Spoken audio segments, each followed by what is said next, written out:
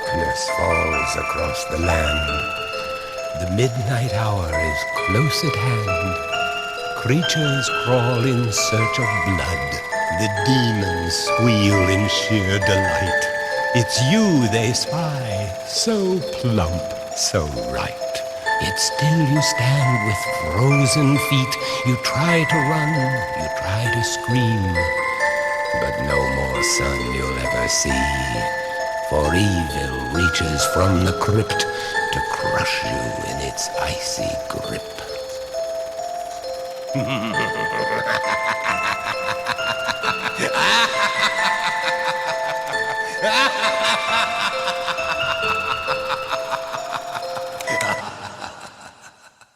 G'day, Tragic here, and welcome to turn 4 of A Touch of Evil. And things are going really, really badly. We've got a crazed town elder over here who's actually been bitten by a werewolf and has gone nuts. He's about to start running rampage around the place. The entire sky is just a cloud of black crows, flocks of them swarming all over the land, bringing bad omens and nicking things and just being like tricksters. We have one bad haunting over here. Not too bad, only having one haunting, but there we go. It's turn 3 and the doom track is already up to 13. Yeah, not good. Also, the scarecrow, you see how it's got 5-6? It's actually 5-6-7. You actually get 2 health added to it every time it hits one of those points on the shadow track. Now, there's something interesting. The way I've always played it, because some people were asking about this in the comments, was 5 by 4, because every time you play a co-op, you multiply his health by 4. And I've always, multiplied his health. So I've always gone 5 plus 2 by 4, so that would be 28. But someone in the comments was saying that they play 5 by 4 is 20 plus 2 is 22. But I've always played it the other way, so I will continue to play it that way.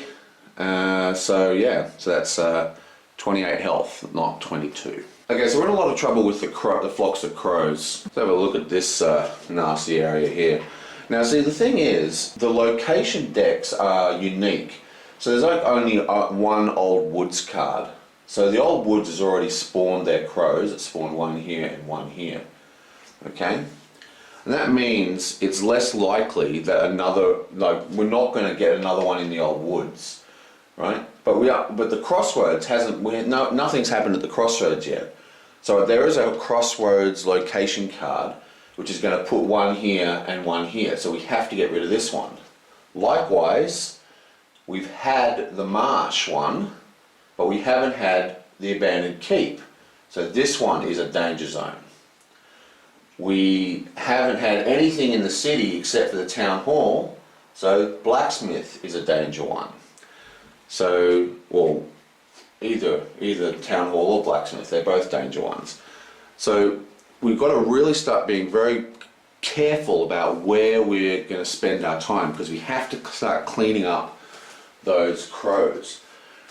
Now we only have one crow left, and so not only do you have every crow you can't place when a crow swarm attacks is also a shadow track movement. So we are in absolute dire straits at the moment, and it's not looking good at all. So what we need to hope for is no more crows this turn, please, and we also are just going to do some cleanup, which is of course going to slow down our ability to gain anything. Right, so let's get into this. First thing we do is move the Touch of Evil marker. And now it's Katarina the Outlaw's turn. Right, so let's just give her a roll. She gets a 2. Wow, I'm just absolutely atrocious rolls all around. She's going to go 1, 2. And this is another location where you have to roll a d6. So we're just going to roll a d6, and we want a high number, please. Beautiful. This was like the crossroads. You roll a d6, And on a 3+ you draw an event, and on a 1 or a 2 you draw a mystery. So no mystery, but we do get an event. Thank you very much. Search for the truth. Look at a town elder's secrets without revealing them. You may discard any number of those secrets by paying 1 investigation each. Afterward, if the town elder has no secrets remaining, draw 1 new secret for them without looking. Draw 1 more secret for them without looking. Well, that's a very, very strong card. Also, while she's there, she's going to do a cunning 3 test to see if she can pick up those 2 clues. Oh, cocked. Remember, my house rules is if it bounces out of the tray, the entire roll is nullified. Boom! And lucky it was. So 2 5s, we get both those clues. That's awesome. Okay, so bam, bam. Now we have this card and we're going to cast this straight away. And the reason we're going to do this is because there's a 1 in 12 chance of getting lies and deceit, which we've already seen. That's how the werewolf got, you know, spawned and everything. Basically that'll add a secret to people based on rolls. And we have at the moment 1, 2, 3, 4, 5 people with 2 secrets. So they're all about to pop. If that goes off again, they'll all turn evil. So we're actually going to cast this event straight away and peek at the secrets of good old the Widow Jessica. Now I like the Widow Jessica because she allows you to heal.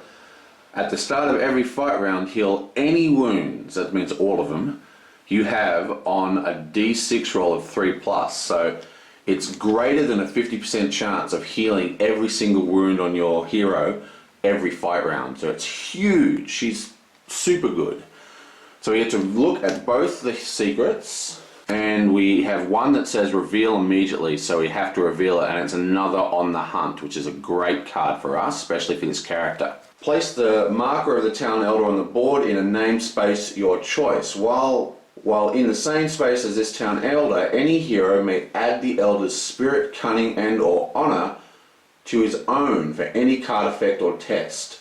Anytime the shadow track crosses into a new stage, do a random location. So basically she's going to start wandering around Shadowbrook herself and seeing what she can do, which is awesome. And the other secret is Little Secrets. Deserter. Once part of the ship's crew in the Continental Navy, the Elder abandoned their post, slipping away into their night to escape the dreaded fate of the sea on the eve of a fierce maritime skirmish. This is of no consequence to our investigation. So that wasn't particularly cool because the discard effect doesn't matter. We'll discard this secret, but for that event to have full power, we would want to, it's best if she's got an evil as well, like 3 cards, and then you've got 1 evil card is where this does the most. But there's no evil cards. We're going to keep this one, and boom, she's back, baby, and she's on the hunt. And that's our first event we've actually played.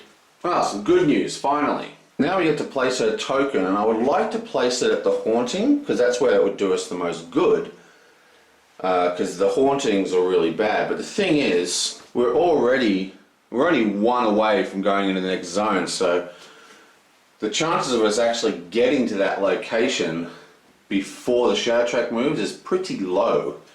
So, well, yeah, I mean, that's going to be bad, isn't it? Still, I think she is actually going to go check out the monastery. She's heard about the haunting up there. She's gone to check it out herself. Oh, in editing, I realised I forgot to pay the 1 investigation required to discard that secret. So I'm taking it now, I'm editing it in, but, that might turn to 5 as soon as this little segment's over. Do not panic. Do not fret. Let's roll for good old Frederick. Gets a 6. Wow, how annoying. We finally get a very decent roll, but we have to move to this location because, as discussed, the old woods has been and gone, the marsh has been and gone, but we haven't had Crossroads or the covered bridge actually turn up in the location deck yet. So this crow here is dangerous for us, so we have to fight this crow. Now, he started in the old woods and he moved into one with a crow. So now he has to roll 2 dice versus both those crows. And he gets a 6 and a 3, so nothing happens. And now he's just got to roll versus that crow. And he's going to roll with cunning, but he has 4 cunning. And he misses. Oh, it's horrendous. Wow, I'm playing. Oh man, where's my luck gone? Oh, this is unbelievable. Now it's the bookkeeper's turn. Again, I made a mistake with her. She should have gone to the manor last turn. And she's going to have to do the exact same thing, except hopefully she's going to kill the crow. She gets a 6 again, and once again we can't use it. Boom. She rolls for entering a space with a crow. And she gets a 1, which means she has to lose an investigation. And then she's going to roll with a spirit, which is 4 dice. Come on, do something good, please. And she gets a 5. So the crow, yoink, is destroyed. And the spoils, she gets 3. Okay, so now we have good old Mary de Rosa. She's the smuggler. And she is going to roll for movement. Oh, she gets a 1. Awesome. And she's going to use that 1 to go into the town hall. Now at the town hall, she has to roll for the crow. Oh, missed. Bam, that's fine. And then she's going to roll 3 cunning to kill that crow. 4 cunning, beg your pardon, because she has the +1 cunning. So she's going to roll 4 cunning. Boom! And another crow bites the dust. Okay, she gets another 3 things. So she's finally getting some money.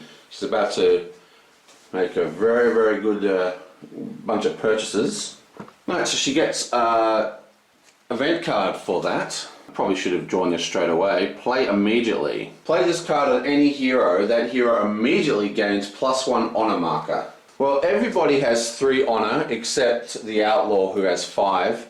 So I think we're just going to give the strength of honor to herself. Boom. Okay, so now she's going to activate the town hall. So let's draw 2 events. Choose one to keep and then roll a d6. On a roll of 1 or 2, draw a mythos card.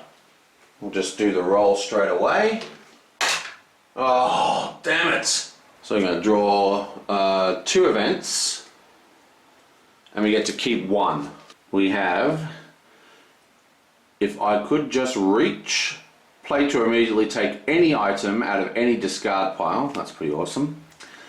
And shocking discovery. Choose a town elder with 1 or more unrevealed secrets. Reveal one of those secrets. Gain 2 investigation if it's a little secret, or 4 investigation if it is anything else. Play as an action to automatically collect any investigation in your space without having to make a test.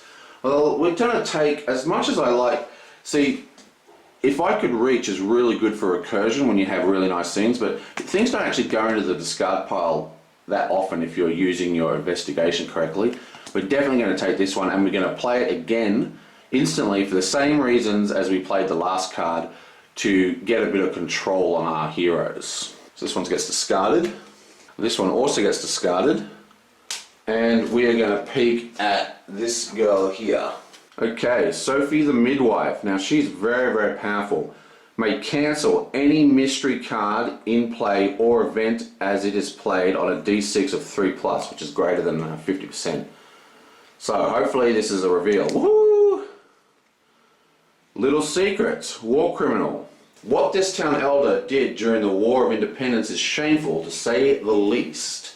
This is of no consequence to our investigation. That's awesome. So not only is she not evil, the effect was actually a little secret, so we gain another 2 investigation. That's awesome. So do some swapping out here. 1, 2, 3, 4, 5. 1, 2, 3, 4, 5.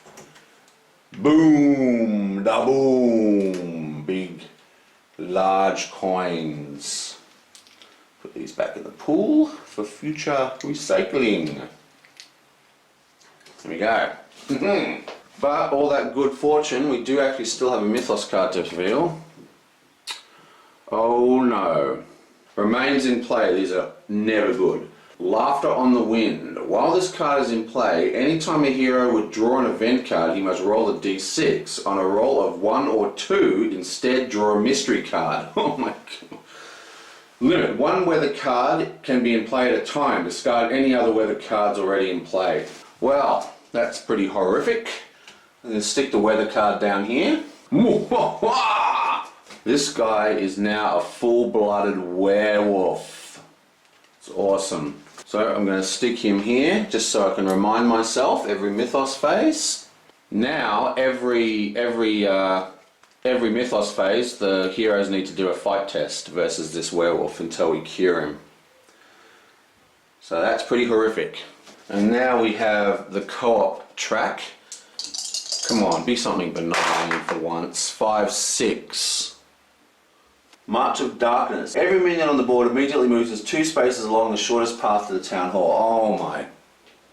Oh. Wow. Wow, this is horrible. This is actually horrific. Look what's going to happen, right? This guy's going to move to the town hall and then he's going to come off. So that's 1 shadow track movement. This guy's going to go 1, 2.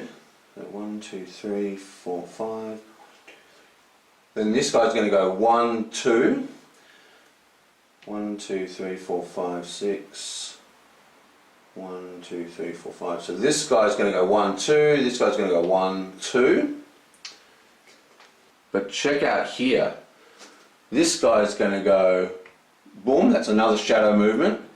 This guy's going to go boom. That's another shadow movement. Boom. That's another shadow movement. Boom. That's another shadow movement. This guy's going to move here, and this guy's going to move here. So that's going to be 4 shadow movements, which we cannot have that happen. So we are going to discard. May discard to cancel any mystery card on a roll of d6 or better. So we have to get rid. Come on, d6 or better. We've got to be able to do this. Boom! There we go. So this is the first time we've used an item, and it might have might have been why it might have been a good idea to keep that card that allows you to pull from the trash, because I'd be able to pull this back into my hand and have another cancel. Cancels of mystery card cancels are going to be huge, which is why I uncovered the secret of that that hero over there. But wow, look at that! Boom, gone. So we just saved us 4 rounds of damage. In fact, the more I think of it, the more I should have kept. But the terrible horrors of the Scarecrow are not over yet. We still have the mystery card to actually reveal, and it is a murder! Oh no. The villain has struck again. Place 3 investigations on the board at a random location. Move the shadow check 1 step closer to darkness. So we'll do this in card order because we're going to have to do 2 reveals here. So first we reveal Lighthouse. It gets 3 investigation icons. Then we move 1 step closer to darkness. Boom! He gets another 2 health. So that takes him to like 36 damage. Oh my god. Now we've crossed over the line, so she now needs to relocate to another location, which is really bad because we wanted her at the haunting. So if we're super lucky, we'll end up at the monastery, but I think the monastery card's already been played. Okay, so boing! The windmill. Okay, so she's gone to check out something at the windmill, which doesn't really help us because there's not a lot of interest at the windmill. Now, because the murder happened, the actual trigger event on the Scarecrow happens, which means we have to roll, and on a 4+, more crows spawn. No, we don't want that to happen. So, okay, so what we really want here is no crows. So come on, no crows. Yes, yes. Whew. Well, that's where we are up to so far. That's the end of the turn. That was a pretty eventful turn. A lot of stuff happened. I really feel that my rolling, I mean, I got a couple of good rolls in there, but it was just at the wrong time, and yeah, I don't know, just not feeling very confident about this. The Scarecrow is really starting to get up there in strength. We need to start hacking away at him, and I think next turn we're going to try and start actually attacking this guy. Okay, so I think the plan now is to go to work. So far we've been a little unanimated, but I wanted to get this recording done before I went to work, so it's actually quite early. And, just saying that made me yawn. As soon as I mentioned work, I had to yawn. Oh.